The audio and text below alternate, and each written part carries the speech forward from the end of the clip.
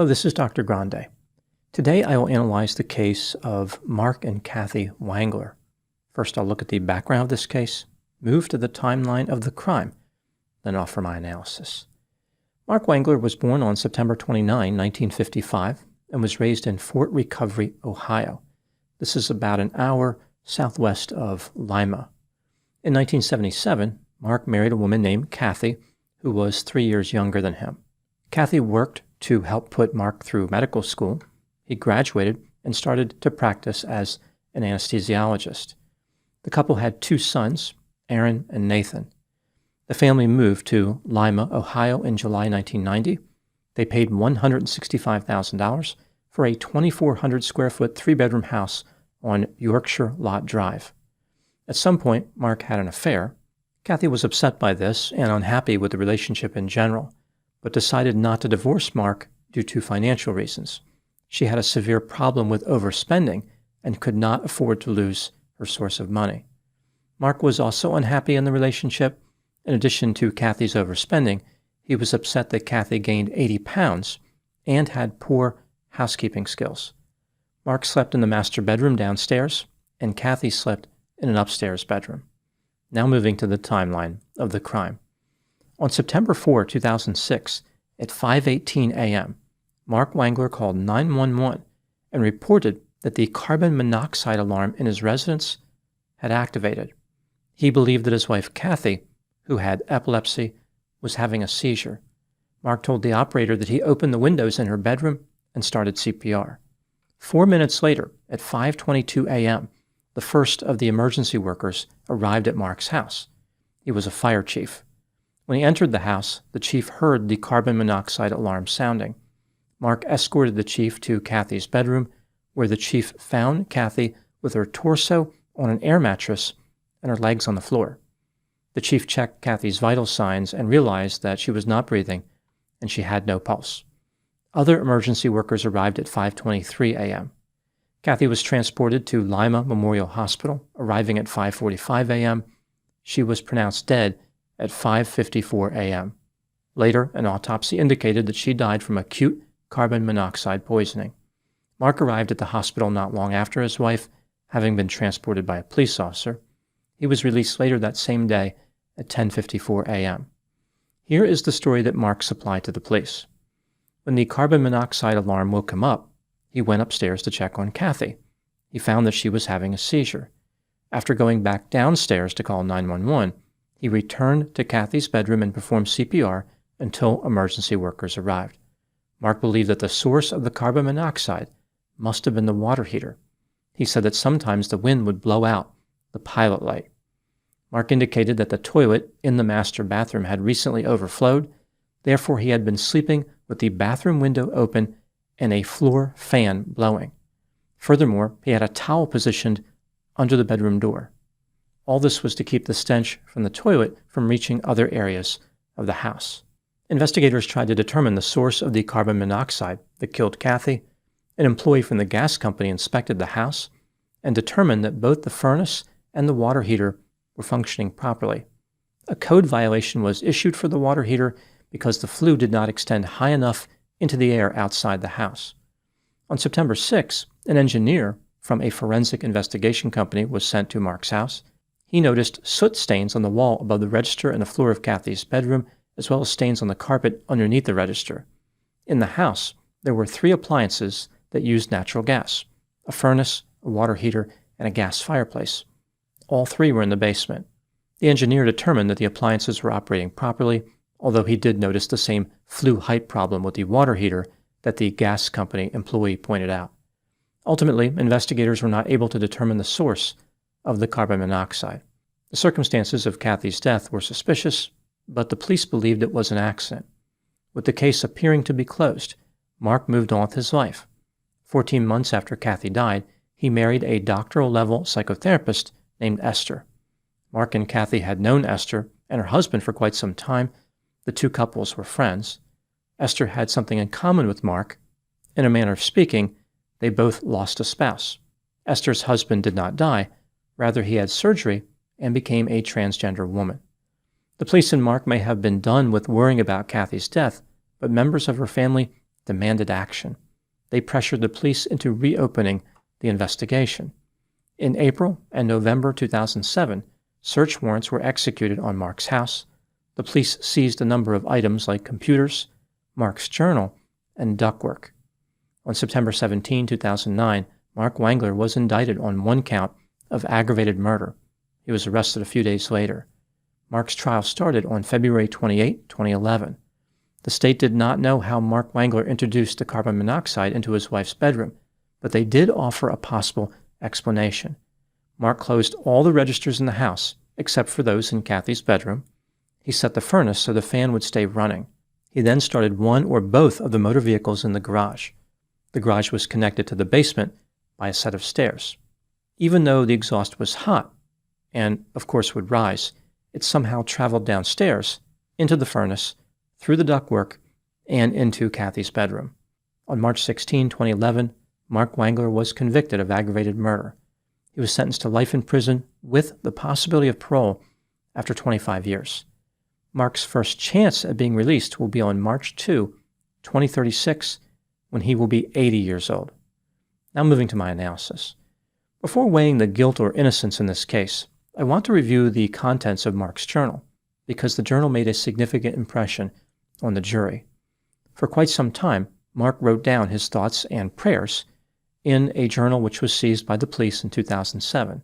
Some of what he wrote indicated he was hopeful about fixing his relationship with his wife, but other parts were pessimistic and may have pointed toward a motive.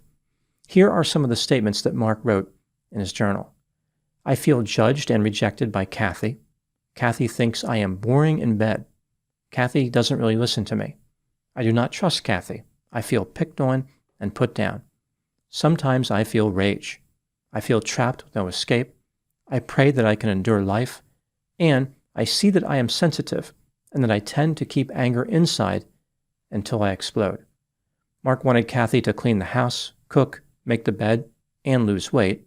He was tired of her lies and her hiding a huge amount of money from him. Mark also made several religious references indicating that Satan was using his marriage and family to attack him. He asked the Lord to cast Satan and his demons out of his life and prayed, quote, Dear Lord, I place our marriage on your altar.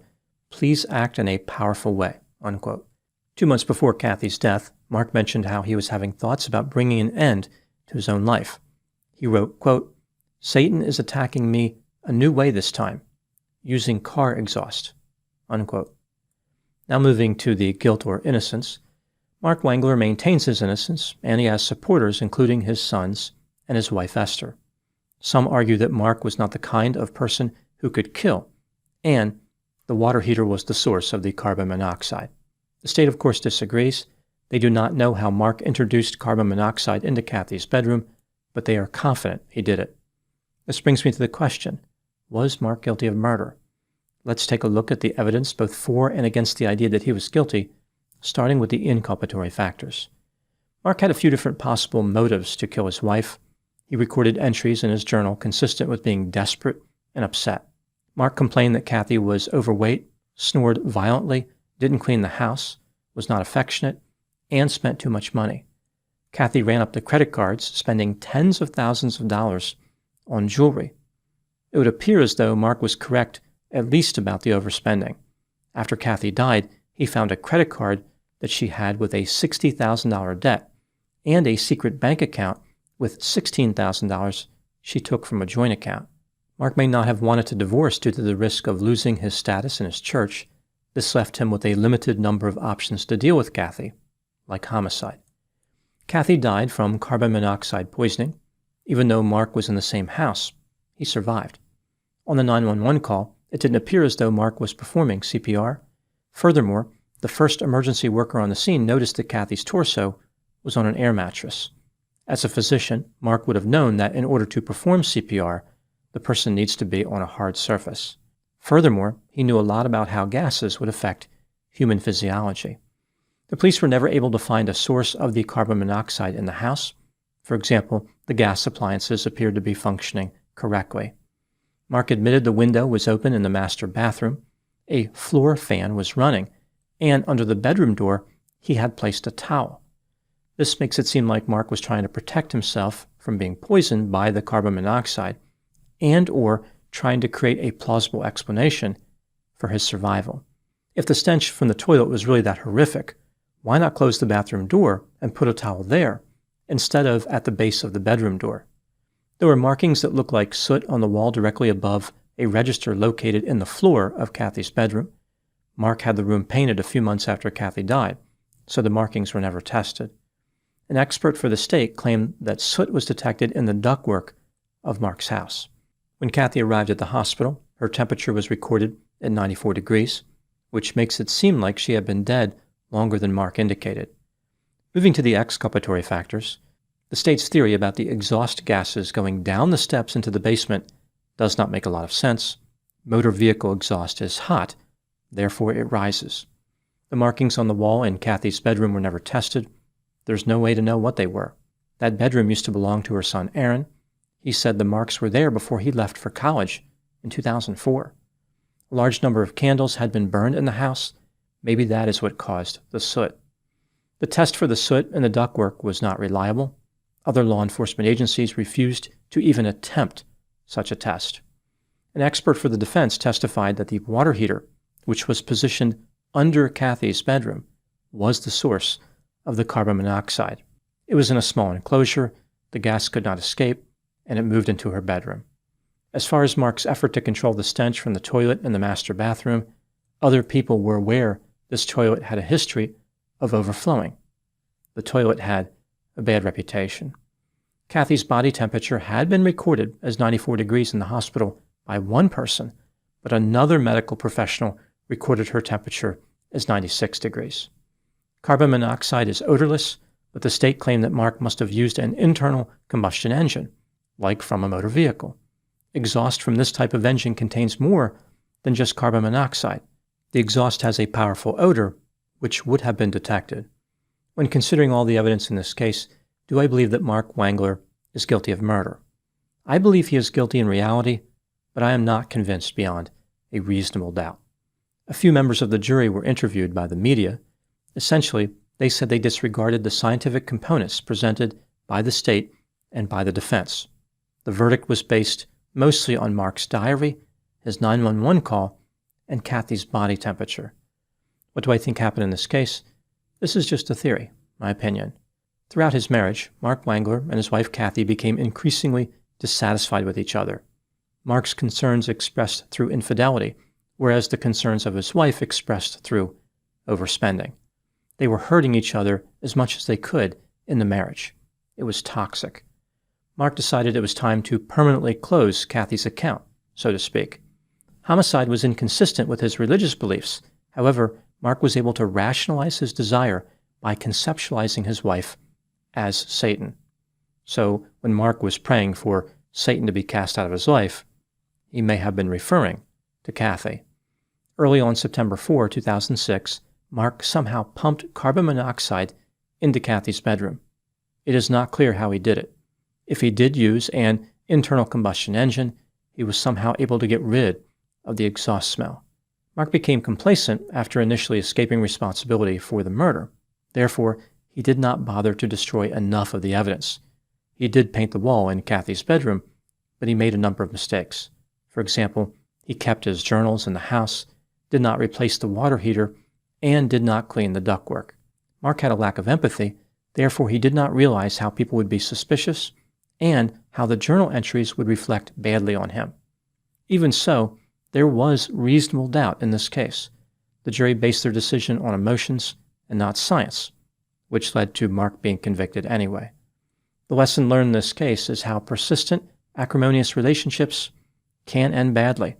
It is not unusual for people in a bad marriage to say, "It feels like they can't breathe." Mark took this expression to the next level. He turned his toxic relationship into a literal gas leak. Mark wanted people to believe that his water heater was the culprit because it had a bad vent, but Mark was the one who would have benefited from more constructive venting. Those are my thoughts in the case of Mark and Kathy Wangler. Thank you so much for watching. I'll talk to you soon.